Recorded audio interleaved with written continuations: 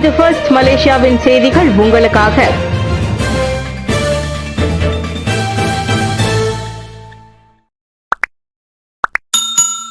Keadilan தேர்தல் தலைவர் பதவியை தற்காத்து போட்டியிடும் அன்வார். 2025 ஆண்டு கெஅடிலான் கட்சி தேர்தலில் தலைவர் பதவியை தற்காத்து போட்டியிடப் போவதை பிரதமர் டாக்டர் ஸ்ரீ அன்வார் இப்ராஹிம் நேற்று உறுதிப்படுத்தினார்.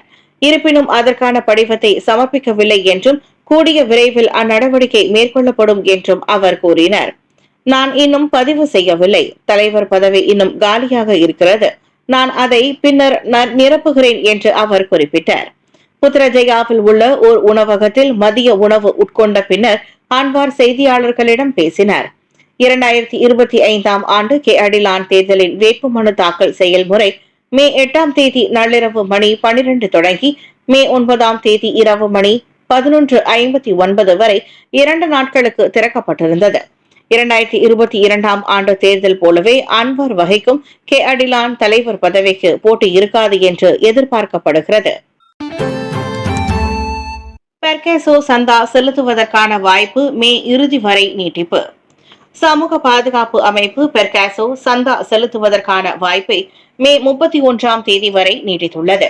அதனைத் தொடர்ந்து FCLB எனப்படும் தாமதமான சந்தா பங்களிப்பிற்கான வட்டியை நிலுவையில் வைத்திருக்கும் 2,15,172 முதலாளிமார்கள் 50 விழுக்காடு கழிவு பெறுவதற்கு தகுதியானவர்கள் ஆவர்.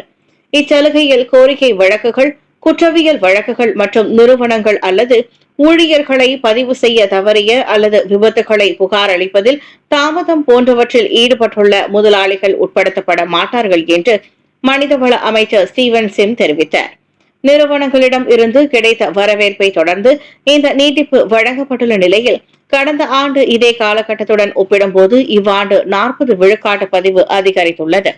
அனைத்து முதலாளிகளுக்கும் எனது அறிவுரை என்னவென்றால், தயவு செய்து உங்கள் ஊழியர்களுக்கு பங்களிக்க முன் வாருங்கள். மே 31 தேதிக்கு பிறகு எந்தவித சமரசமும் காணப்படாது. பங்களிக்க தவறிய எவரும் சட்ட நடவடிக்கைக்கு உட்படுத்தப்படுவதை உறுதி செய்ய நாங்கள் முழு முயற்சி எடுப்போம் என்றார் அவர்.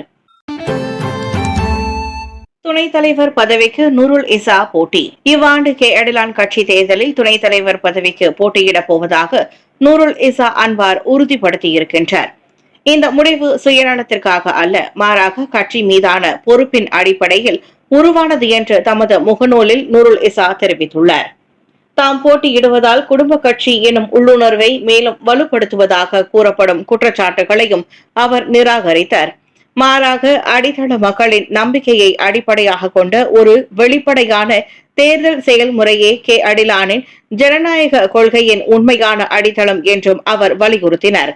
இதற்கு முன்னதாக எந்த அமைச்சர் பதவியையும் தான் ஏற்றுக்கொண்டதில்லை என்றும் 2018 ஆண்டில் அதிகாரப்பூர்வமாக அமைச்சர் பதவி வழங்கப்பட்ட போதிலும் அதை நிராகரித்ததாகவும் நூருல் இசா தெளிவுபடுத்தினர். இதனிடையே இம்மாத இறுதியில் நடைபெறவிருக்கும் கட்சி தேர்தலில் துணைத் தலைவர் பதவியை தாம் தற்காத்து போட்டியிடுவதாக டத்தோ ரபிசி ரம்லி உறுதிப்படுத்தியிருந்தார். சபா தேர்தல் நம்பிக்கை கூட்டணியும் தேசிய முன்னணியும் இணைந்து பணியாற்ற ஒப்புதல். சபா மாநில தேர்தலை எதிர்கொள்ள நம்பிக்கை கூட்டணியும் தேசிய முன்னணியும் இணைந்து பணியாற்ற ஒப்புக்கொண்டுள்ளன. இரு கட்சிகளின் சார்பில் நேற்று கூட்டாக வெளியிடப்பட்ட அறிக்கையில் இவ்விவகாரம் உறுதிப்படுத்தப்பட்டுள்ளது. நம்பிக்கை கூட்டணி தலைவர் டாக்டர் ஸ்ரீ அன்வார் இப்ராஹிம் மற்றும் தேசிய முன்னணி தலைவர் doctor Sri doctor Ahmad Zahid Hamidi ஆகியோர் கலந்து கொண்ட உயர்மட்ட தலைமை கூட்டத்தில் இந்த உடன்பாடு எட்டப்பட்டதாக அந்த அறிக்கையில் குறிப்பிடப்பட்டுள்ளது. தேசிய அளவில் இறுதி செய்யப்படுவதற்கு முன்பு தொகுதி பங்கீடு மற்றும் பிற கட்சிகளுடனான பேச்சுவார்த்தைகள் உள்ளிட்ட ஒத்துழைப்பு குறித்து நம்பிக்கை கூட்டணியும் தேசிய முன்னணியும் தலைமைத்துவம் கூட்டாக விவாதிக்கும் என்று கூறப்பட்டுள்ளது. 20,470 வீடுகளை கொண்ட 31 திட்டங்கள் நிறைவு. கடந்த ஏப்ரல் மாதம் வரை நாடு முழுவதிலும் உள்ள பிரீமா மலேசியா கழகத்தின் முழுமை பெறாத 34 வீடமைப்பு திட்டங்களில் 20,470 வீடுகளை கொண்ட 31 திட்டங்கள் வெற்றிகரமாக நிறைவு பெற்றுள்ளன. மலாக்காவில் 2, கெடாவில் 1, எஞ்சியிருக்கும் 3 பிரீமா திட்டங்கள் இவ்வாண்டு இறுதிக்குள் நிறைவடையும் என்று வீடமைப்பு மற்றும் ஊராட்சித்துறை அமைச்சர் நாங்கூர் மிங் தெரிவித்தார். முந்தைய அரசாங்கத்திடம் இருந்து பிரீமாவின் பழைய நிர்வாகத்திடம் இருந்தும் இந்த முழுமை பெறாத திட்டங்கள் பெறப்பட்டன. எனக்கு முதலில் அதிகாரமும் பொறுப்பும் வழங்கப்பட்ட போது நாடு முழுவதும் 34 முழுமை பெறாத திட்டங்கள் இருப்பதை மதிப்பாய்வு செய்த பிறகு நாங்கள் கண்டறிந்தோம் என்றார் அவர்.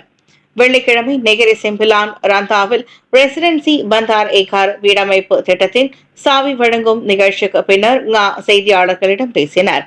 நியாயமான காரணம் இன்றி திட்டங்களை தாமதிக்கும் நிறுவன இயக்குநர், வாரிய உறுப்பினர்கள் உட்பட எந்த ஒரு குத்தகையாளரோ அல்லது நிறுவனமோ கருப்பு பட்டியலில் சேர்க்கப்படும் என்று அவர் விளக்கினார்.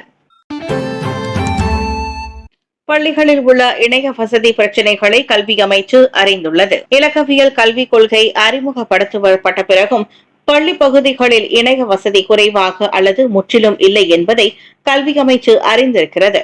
குறிப்பாக புறநகர் பகுதிகளில் உள்ள பள்ளிகளுக்கு கல்வி அமைச்சு முக்கியத்துவம் அளிக்கும் நிலையில் அவை எதிர்நோக்கும் பிரச்சினைகளை புறக்கணிக்க முடியாது.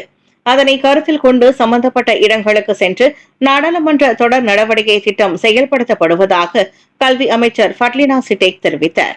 நாங்கள் எப்போதும் மாநில அரசாங்கத்துடன் பேச்சுவார்த்தை நடத்தி வருகிறோம். மேலும் இப்பிரச்சினைகளுக்கு தீர்வு காண மாநில அரசாங்கங்கள் உடனான பேச்சுவார்த்தைகளுக்கு முக்கியத்துவம் அளிக்கப்படுவதை உறுதி செய்வது எங்களது தரப்பில் மிகப்பெரிய உறுதிப்பாடு என்று நான் நினைக்கிறேன் என்றார் அவர். இந்நிகழ்ச்சியின் போது கலாபாகான் நாடாளுமன்ற உறுப்பினர் டத்தோ ஆண்டி முகமது சுரியாட்டி ஃபண்டியுடன் இணைந்து அத்தொகுதியில் உள்ள உரு கலபாகான் தேசிய பள்ளி மற்றும் கலபாகான் தேசிய பள்ளியையும் உமாஸ் தேசிய பள்ளியின் கூடுதல் கட்டிட கட்டுமான தளத்தையும் ஃபட்லினா சிட்டேக் பார்வையிட்டார்.